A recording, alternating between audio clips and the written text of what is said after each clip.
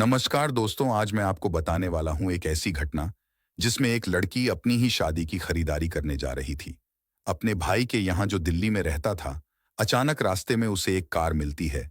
वो उस कार में बैठ जाती है और कुछ दूर जाने पर ही अचानक उसकी बड़ी ही बेरहमी से हत्या हो जाती है। तो दोस्तों, आखिर क्या हुआ था उस लड़की के साथ? तो दोस्तों, इस घटना के बारे में जानने से पहले हमारे चैनल को सब्सक्राइब जरूर करें, जिससे समाज में हो रही घटनाओं की जानकारी आपको मिलती रहे। तो दोस्तों, 13 दिसंबर 2019 को कानपुर में हरप्रीत कौर की सगाई होने वाली थी। उसका मंगेतर युवराज सिंह दिल्ली के बंगला साहिब गुरुद्वारे में क्लर्क के पद पर तैनात था, क्योंकि हरप्रीत कौर की भाभी और भाई सुरेंद्र सिंह भी दिल्ली में ही रहते थे। इसलिए हरप्रीत अपने भाई से मिलने और साथ ही अपनी सगाई की शॉपिंग करने के लिए 9 दिसंबर 2019 की रात को घर से निकली थी। जब बेटी सफर में अकेली हो और वह भी रात के समय, तो ऐसे में माँ बाप को रात में नींद कहाँ आती है। इसलिए गुरबचन सिंह को भी अपनी बेटी की चिंता में नींद नहीं आ रही थी।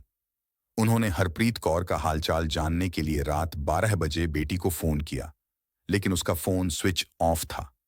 उन्होंने सोचा कि शायद वह सो गई होगी, लेकिन फिर भी उनके मन में एक डर बैठ गया था, जिसके कारण उन्हें सारी रात नींद नहीं आई। इसके बाद सुबह 7 बजे उन्होंने फिर से हरप्रीत कौर को फोन लगाया, लेकिन उसका फोन अब भी बंद आ रहा था, जिससे गुरबचन सिंह की चिंता और भी बढ़ गई। फिर उन्होंने दिल्ली में रहने वाले अपने बेटे सुरेंद्र सिंह को फोन करके सारी बात बताई। सुरेंद्र सिंह ने उन्हें बताया कि हरप्रीत कौर तो अभी तक यहां नहीं आई है। इसके बाद सुरेंद्र सिंह भी अपनी बहन की तलाश में निकल पड़ा।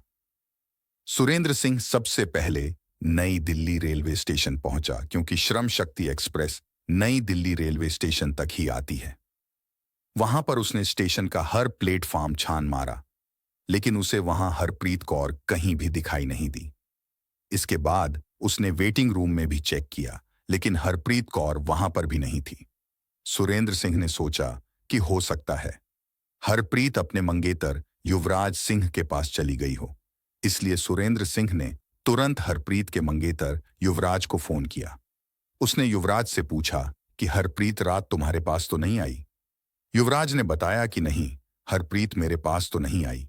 साथ ही उसने उधर से पूछा कि आखिर बात क्या है, तुम हरप्रीत को लेकर इतने परेशान क्यों हो। सुरेंद्र ने उसे बताया कि हरप्रीत कल रात कानपुर से दिल्ली के लिए निकली थी, लेकिन वह अभी तक नहीं पहुंची है।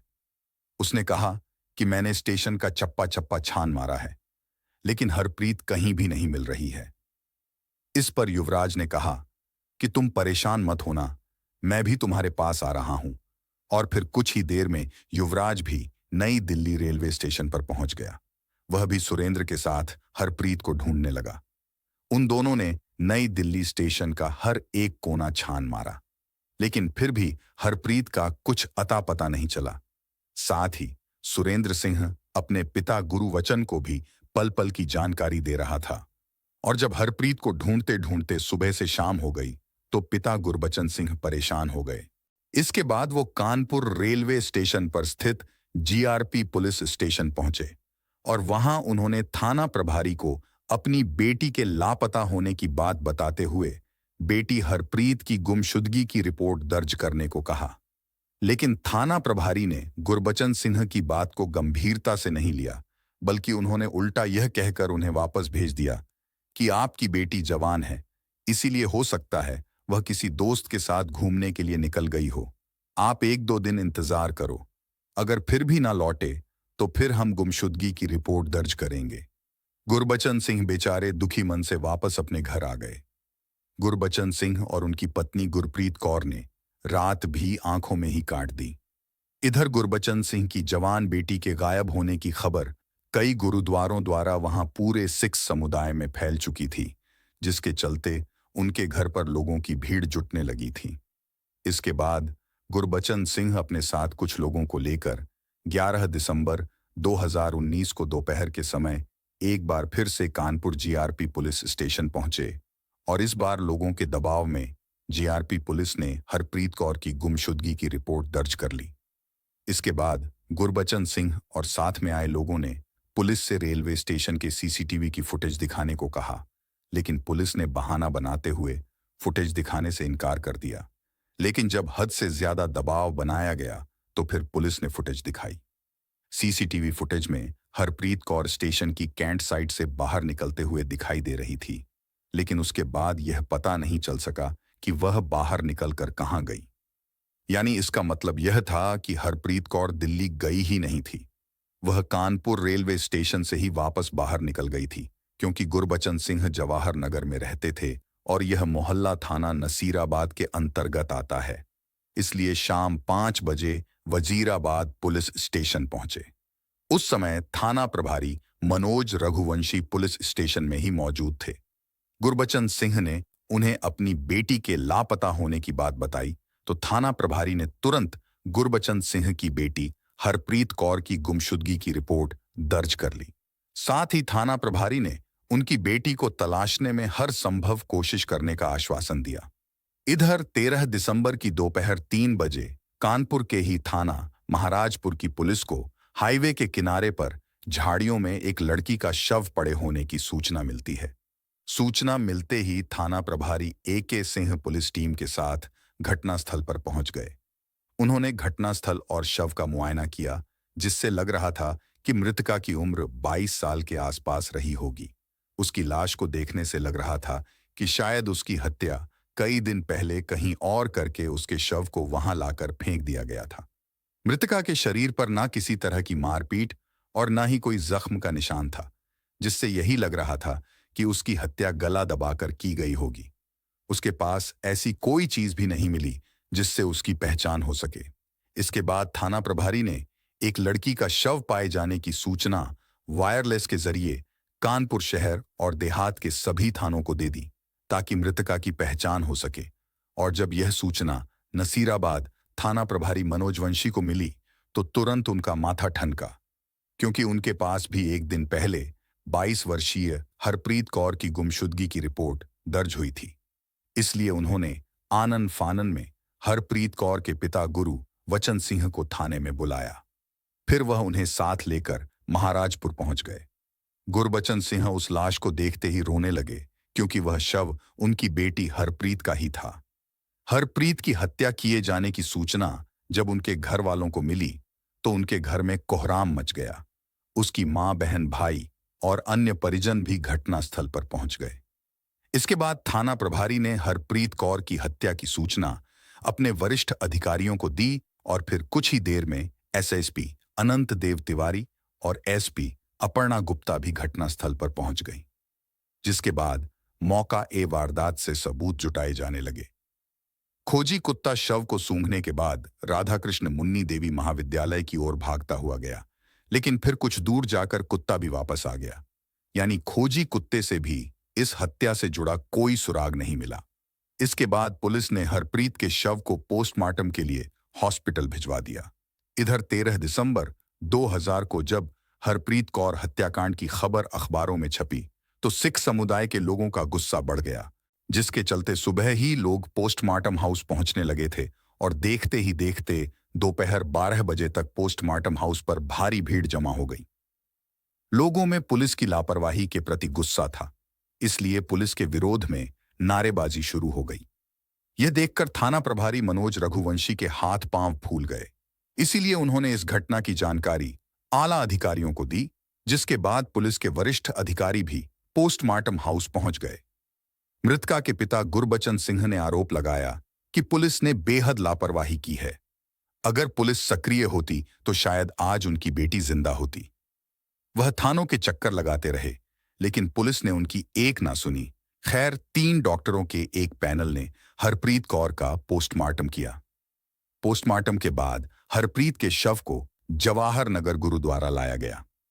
उसके बाद मृतका के शव को कड़ी सुरक्षा व्यवस्था के बीच बरला स्थित स्वर्ग आश्रम लाया गया, जहां उसके परिजनों ने उसे नम आंखों से अंतिम विदाई दी। दरअसल हरप्रीत कौर की 13 दिसंबर को ही कानपुर में सगाई होने वाली थी और सगाई वाले दिन ही उसकी अर्थी उठी थी। इसलिए जिसने भी उसकी मौत की खबर सुनी, उसकी आंखों में आंसू भर आए और यही कारण था कि उसकी शव यात्रा में भारी भीड़ थी। भीड़ में गम और गुस्से का माहौल था। गम का आलम यह रहा कि उस दिन सिख समुदाय के कई घरों तथा गुरुद्वारे में खाना तक नहीं बना। इधर एसएसपी अनंत देव तिवारी ने हरप्रीत हत्याकांड को बेहद गंभीरता से लिया। उन्होंने इस हत्या के खुलासे की जिम्मेदारी एसपी अपर्णा गुप्ता को सौंपी। अपर्णा गुप्ता ने इस केस की जांच के लिए एक स्पेशल टीम बनाई। साथ ही थाना प्रभारी ने गुमशुदगी के इस मामले को धारा 302 और 201 के तहत अज्ञात हत्यारों के खिलाफ हत्या में बदल दिया था। इसके बाद एसपी अपर्णा गुप्ता ने सबसे पहले घटनास्थल का निरीक्षण किया। फिर उन्होंने मृतका के पिता गुरबचन सिंह से पूछताछ की।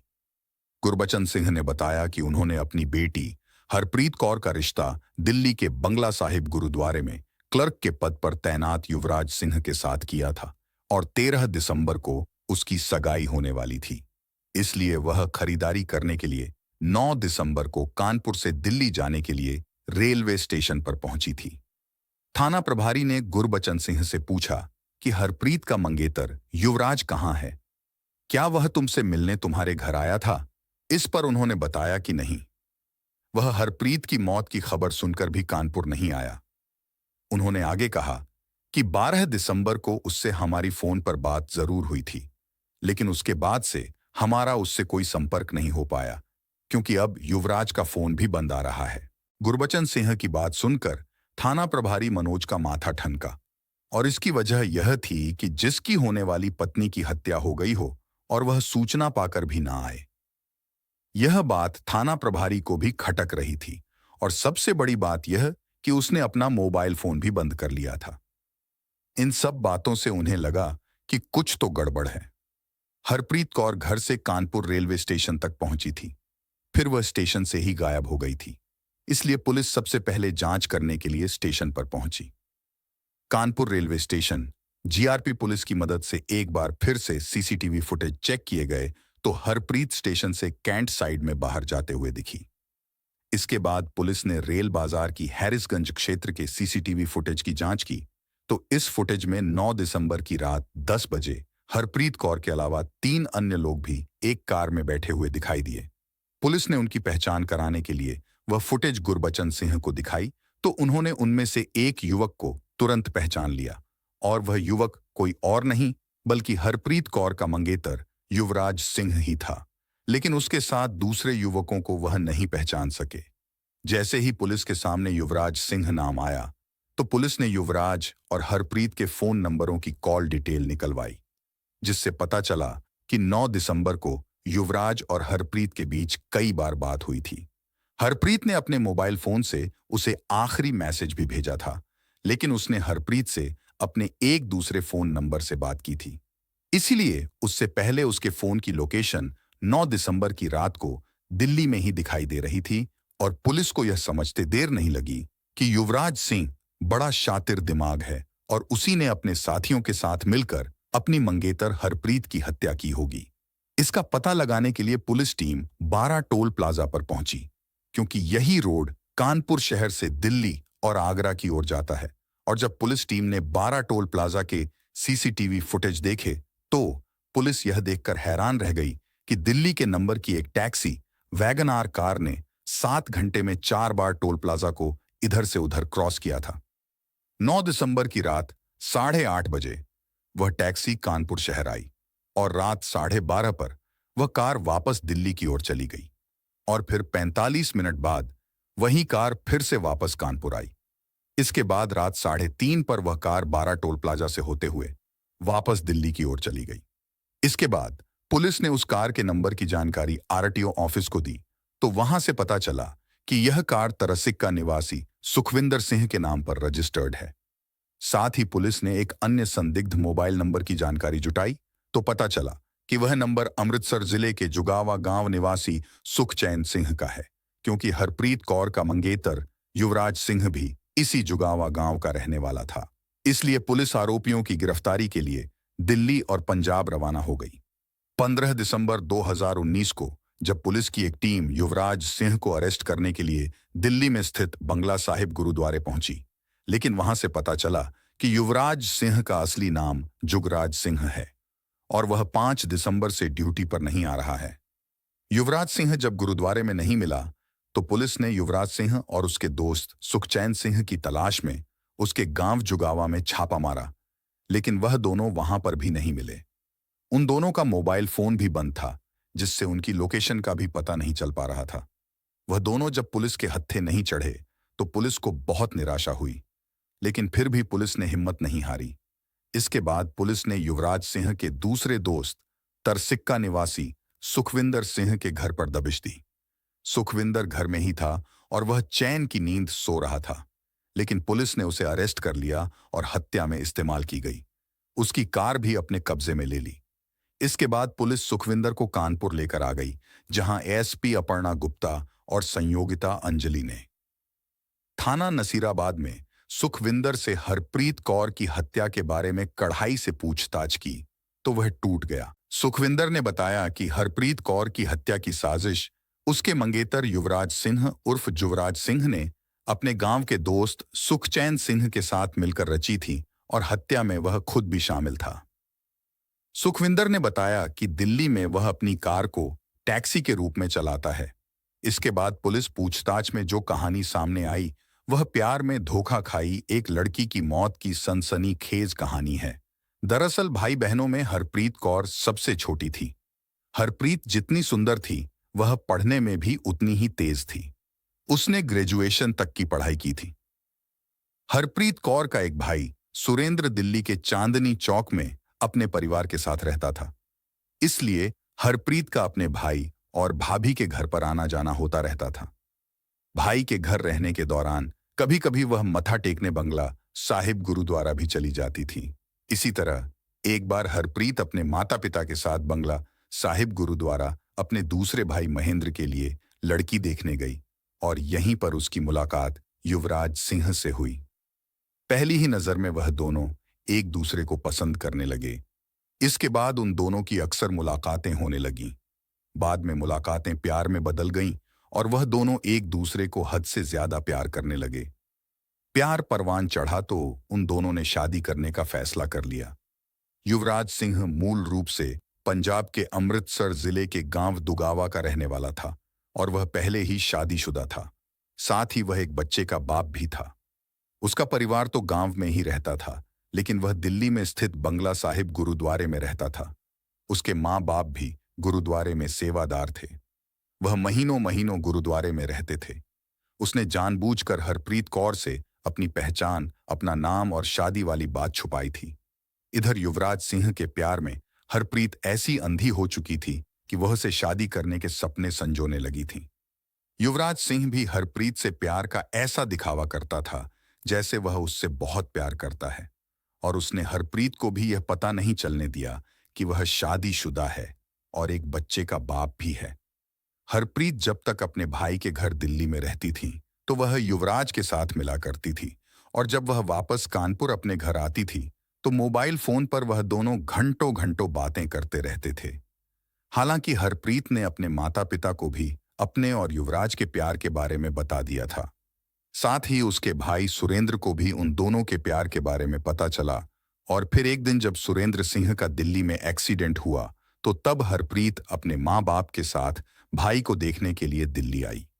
हरप्रीत के दिल्ली आने की जानकारी पाकर युवराज भी सुरेंद्र सिंह को देखने उनके घर पर आ गया, और इस तरह हरप्रीत ने युवराज की मुलाकात अपने माँ बाप से कराई, क्योंकि युवराज सिंह देखने में स्मार्ट था।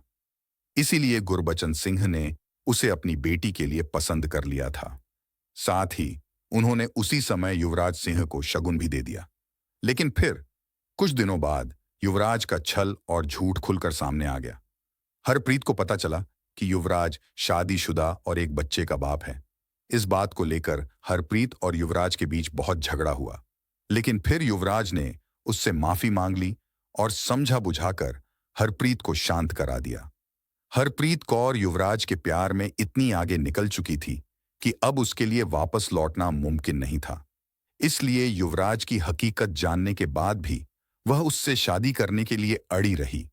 हरप्रीत ने युवराज के शादीशुदा होने वाली बात अपने माता पिता को भी नहीं बताई थी, क्योंकि उसे डर था कि कहीं भेद खुल जाने पर युवराज उससे सगाई करने से इनकार ना कर दे।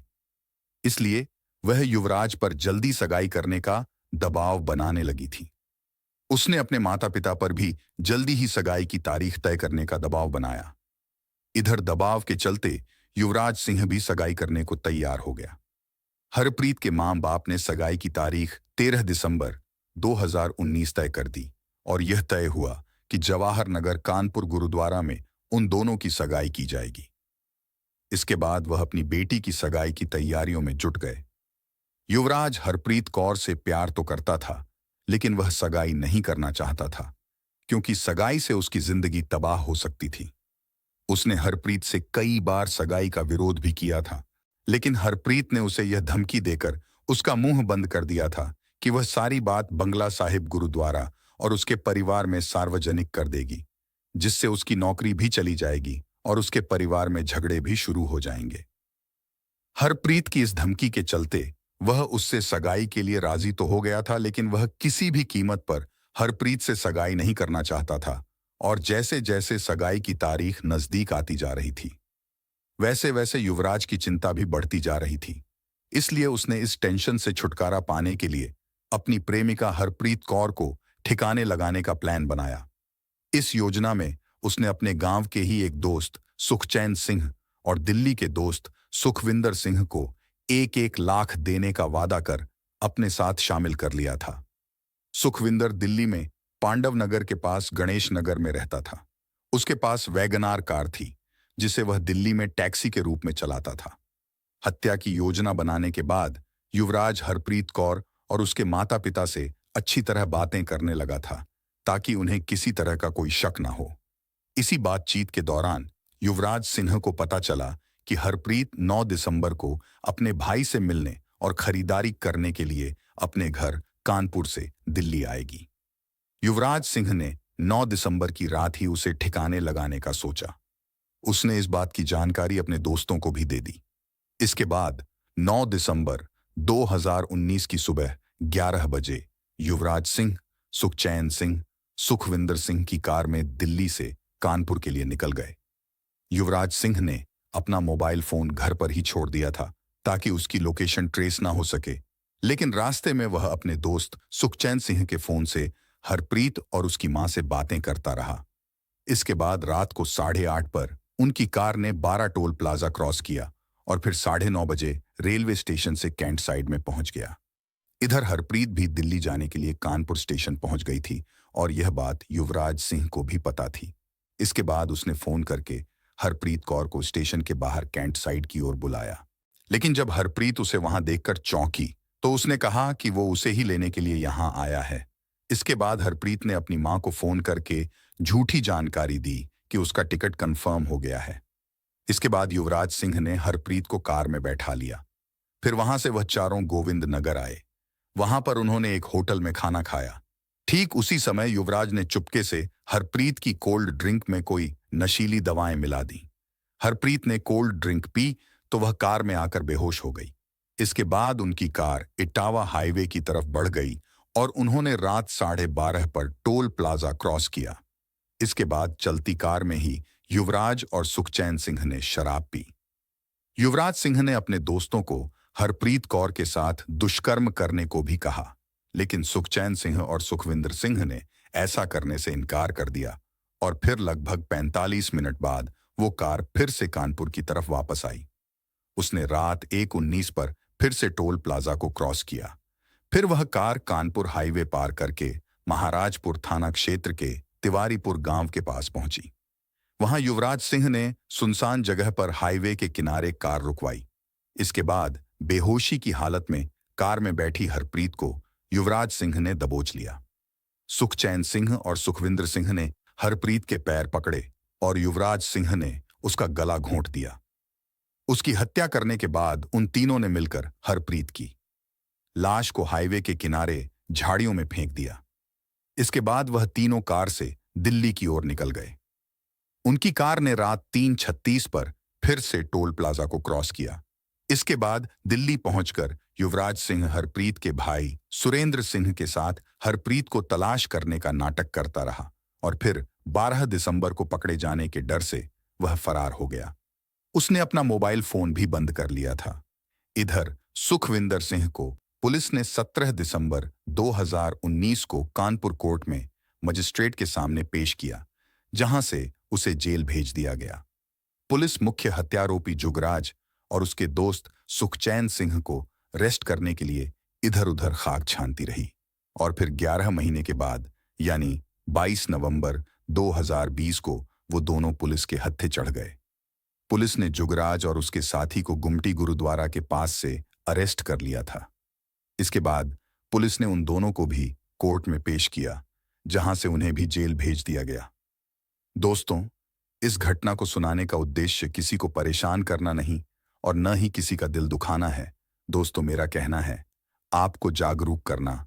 दोस्तों, इस कहानी को लेकर आपकी क्या सोच है? प्लीज मुझे कमेंट करके बताएं। धन्यवाद। एल।